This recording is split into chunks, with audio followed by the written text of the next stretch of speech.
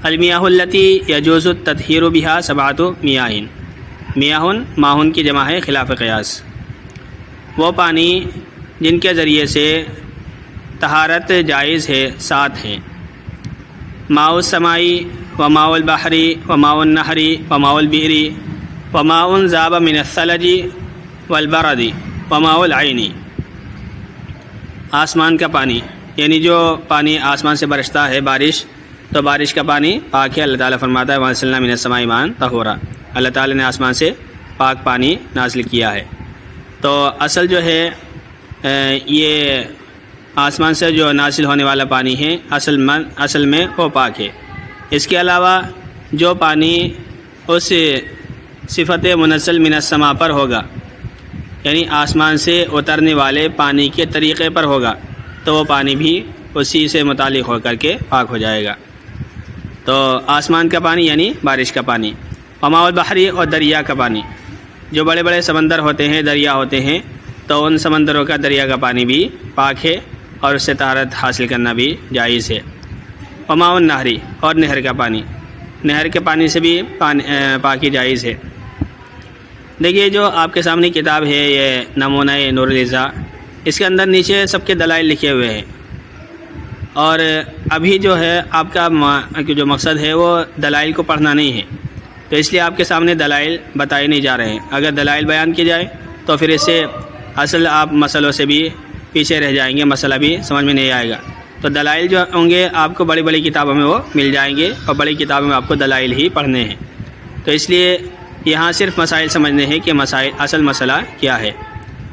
البتہ کچھ جو عبارت کے اندر زیادتی ہوگی اس کو واضح کیا جائے گا، جیسے مثال کے طور پر یہاں پر 2 چیزیں آئی ہیں، ماء البحری و ماء النہری، دریا کا پانی اور نہر کا پانی، تو پانی تو دونوں ایک جیسے ہی ہیں، تو پھر کیا وجہ ہے کہ نہر کا الگ تذکرہ کیا ہے اور بحر کا الگ تذکرہ کیا ہے؟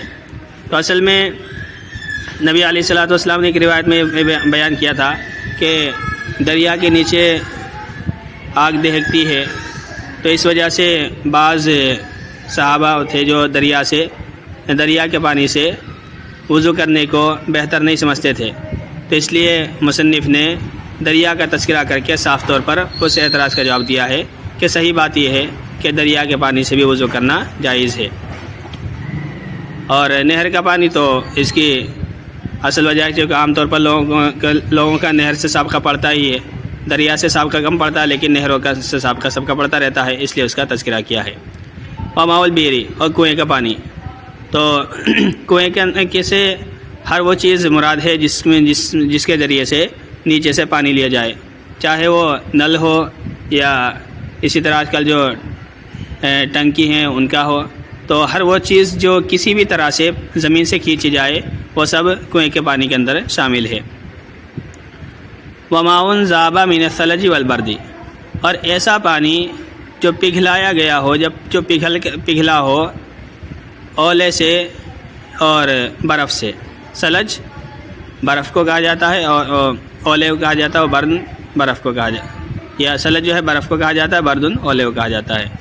تو جو اولوں سے یا برف سے پگھل کر کے پانی بنا ہو تو اس پانی سے بھی وضو کرنا جائز ہے، برف سے یا اولوں سے جو پگھل کر پانی بنا ہو۔ تو یہاں پر ثلج کا اور برد کا تذکرہ اس لیے کیا ہے کہ اگر کسی اور چیز سے رس کر کے پانی آیا ہے تو پھر اس پانی سے وضو جائز نہیں ہوگا۔ مثال کے طور پر کبھی کبھی نمک ہوتا ہے، نمک سے بھی پانی رستا ہے اور نمک سے بھی پانی جاری ہو جاتا ہے، تو اگر نمک سے پگھل کر کے پانی آ رہا ہے تو اس پانی سے وضو کو ناجائز قرار دیا گیا ہے، اس سے وضو کرنا جائز نہیں ہے، اگر وضو کیا گیا تو وضو نہیں ہوگا۔ وماء العین اور چشمے کا پانی، یعنی کبھی کبھی پتھروں سے پانی نکلنے لگتا ہے، چشمہ پھوٹ جاتا ہے کہیں پر، یا یہ کہ زمین سے سوت ابلنے لگتے ہیں تو کوئی چشمہ جاری ہو تو ان پانی سے بھی وضو کرنا جائز ہے۔ تو یہ 7 پانی ہیں کہ جن سے وضو کرنا جائز ہے، آسمان کا پانی یعنی بارش کا پانی، اور دریا کا پانی، نہر کا پانی، کنویں کا پانی، اور ایسا پانی جو برف سے اور اولے سے پگھلا ہو، اور چشمے کا پانی۔ ثم المیاہ علی 5 اقسام، پھر پانی 5 قسموں پر ہے. تو اصل لفظی ترجمہ ہے ثم پھر میاہن پانی اعلیٰ پر 5 اقسام 5 قسمیں. اور ہم سیدھا ترجمہ کریں گے پھر پانی کی 5 قسمیں ہیں. ہمارے محاورے میں اس طرح بولا جاتا ہے کہ پھر پانی کی 5 قسمیں ہیں.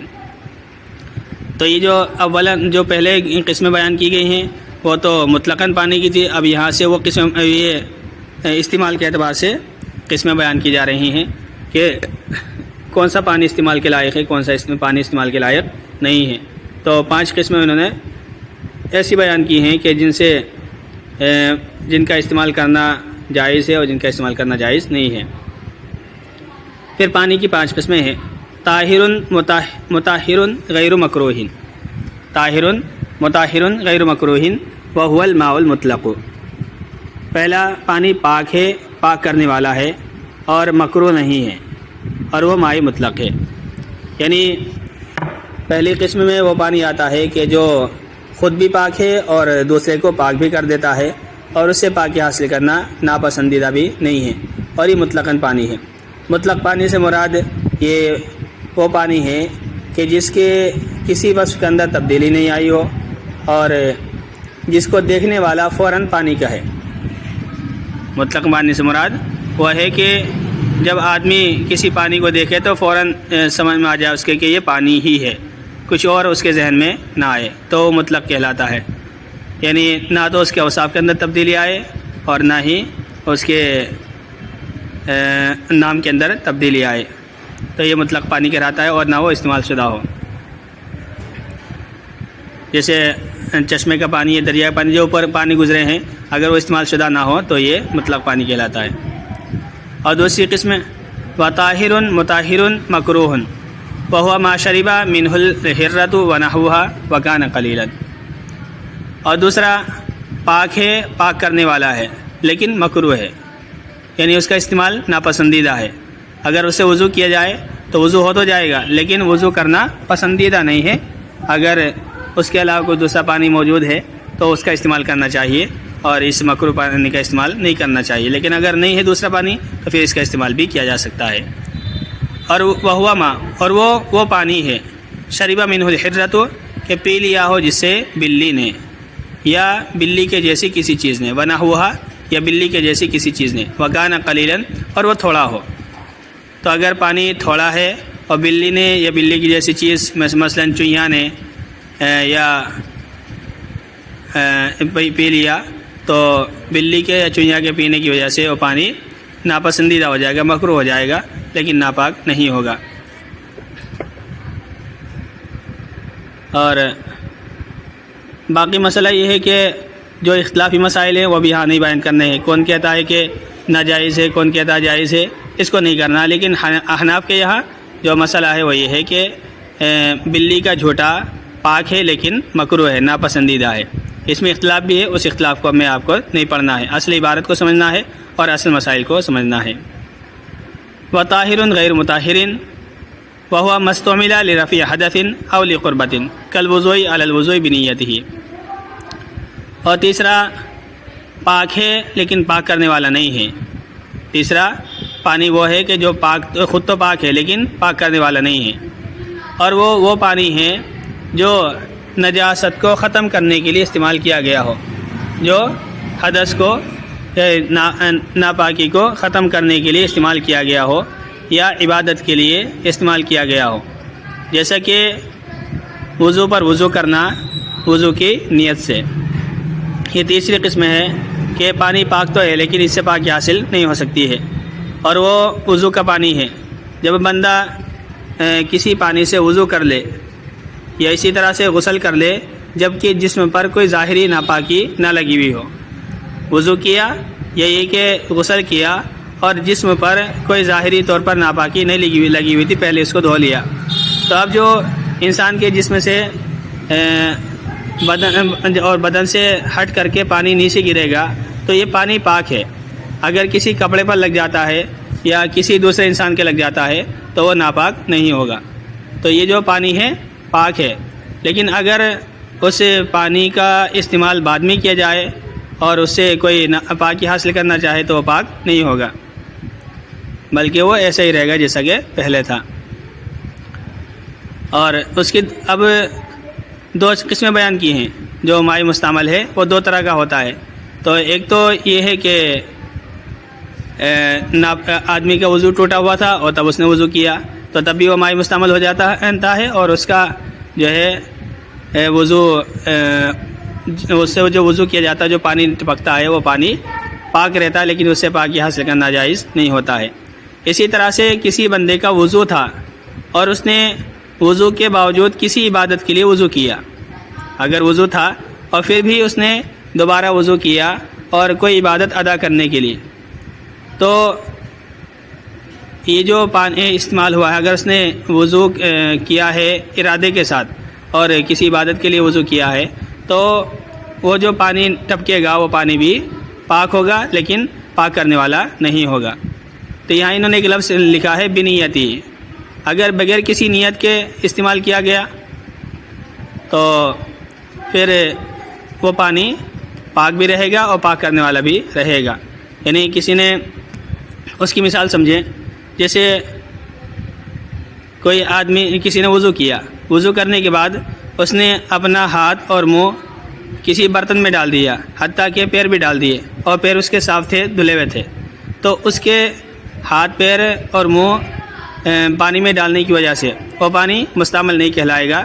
نہ تو وہ اس کے مسم میں تبدیلی نہیں آئے گی، وہ پاک بھی رہے گا اور اس سے پاکی بھی حاصل ہو سکتی ہے. تو یہ تیسری قسم تھی کہ پاک ہے لیکن پاک کرنے والا نہیں ہے. تو اسی سے وہ مسئلہ بھی نکل گیا. بعض جگہ پر لوگ یہ سمجھتے ہیں کہ جسم پر جو پانی لگ جاتا ہے اسے مسجد میں نہیں گرانا چاہیے، وہ ناپاک ہوتا ہے. ایسا نہیں ہے، بلکہ جو پانی وضو کرنے والے کے جسم سے نکل کر گرتا ہے تو صحیح قول کے مطابق وہ پاک ہے. اگرچہ اس میں امام ابو حنیفہ رحمۃ اللہ علیہ کی ایک روایت بھی ہے کہ وہ ناپاک ہے، لیکن صحیح قول احناف کے یہی ہے کہ یہ پانی پاک ہے. اگر مسجد میں گر جائے تو اس سے کوئی حرج نہیں ہوتا ہے، یا اگر کپڑے سے صاف کر لیا جائے تو یہ کپڑا ناپاک نہیں ہوتا ہے. وَيَسِيرُ الْمَاءُ مستعملا بمجرد انفصاله عن الجسد. اور پانی مستعمل ہو جائے گا جسم سے جدا ہونے کے بعد، اس کے جسم سے محض جدا ہو جانے سے، بمجرد انفصاله عن الجسد، اور پانی مستعمل ہو جائے گا اس کے محض جسم سے جدا ہونے سے. یہاں ایک عبارت یہ لانی ہے کہ بعض لوگوں کی تردید ہے اس عبارت سے مقصود. بعض لوگ یہ کہتے ہیں کہ یعنی بعض فقہا کا یہ قول ہے کہ جب تک پانی کسی جگہ پر جمع نہیں ہو جاتا ہے تو جب تک مستعمل نہیں کہلاتا ہے. اگر اوپر ہے تو وہ مستعمل نہیں ہوگا بلکہ وہ پاک رہے گا، پاک کرنے والا رہے گا. اور جب وہ کسی جگہ ٹھہر جائے گا تو تب وہ مستعمل کہلائے گا، یعنی وہ پاکی کے لائق نہیں رہتا ہے. تو مصنف ان پر رد کرتے ہیں کہ صحیح بات یہ ہے کہ جیسے ہی پانی وضو کرنے والے کے جسم سے جدا ہوگا، جدا ہوتے ہی فوراً مستعمل ہو جائے گا. لہذا اگر کوئی شخص مثال کے طور پر اوپر بیٹھ کر کے وضو کر رہا ہے، اس کے جسم سے جو پانی نیچے ٹپک رہا ہے، دوسرا آدمی اس سے وضو کرنے لگے تو شخص کا وضو نہیں ہوگا، کیونکہ اس کے جدا ہوتے ہی وہ اگرچہ نیچے زمین پر نہیں ٹکا ہے لیکن اس کے جسم سے جدا ہوتے ہی وہ مستعمل ہو گیا ہے. پاک تو ہے لیکن پاک کرنے والا نہیں ہے. اس لیے فرمایا کہ پانی مستعمل ہو جائے گا، یعنی استعمال شدہ ہو جائے گا اس کے جسم سے محض جدا ہو جانے کی وجہ سے. مجرد معنی آتے ہیں صرف محض اور خالص جدا ہو جانے سے ہی. انفصال معنی جدا ہونا جسد جسم سے، اور پانی استعمال شدہ مانا جائے گا اس کے جسم سے محض جدا ہو جانے کی وجہ سے.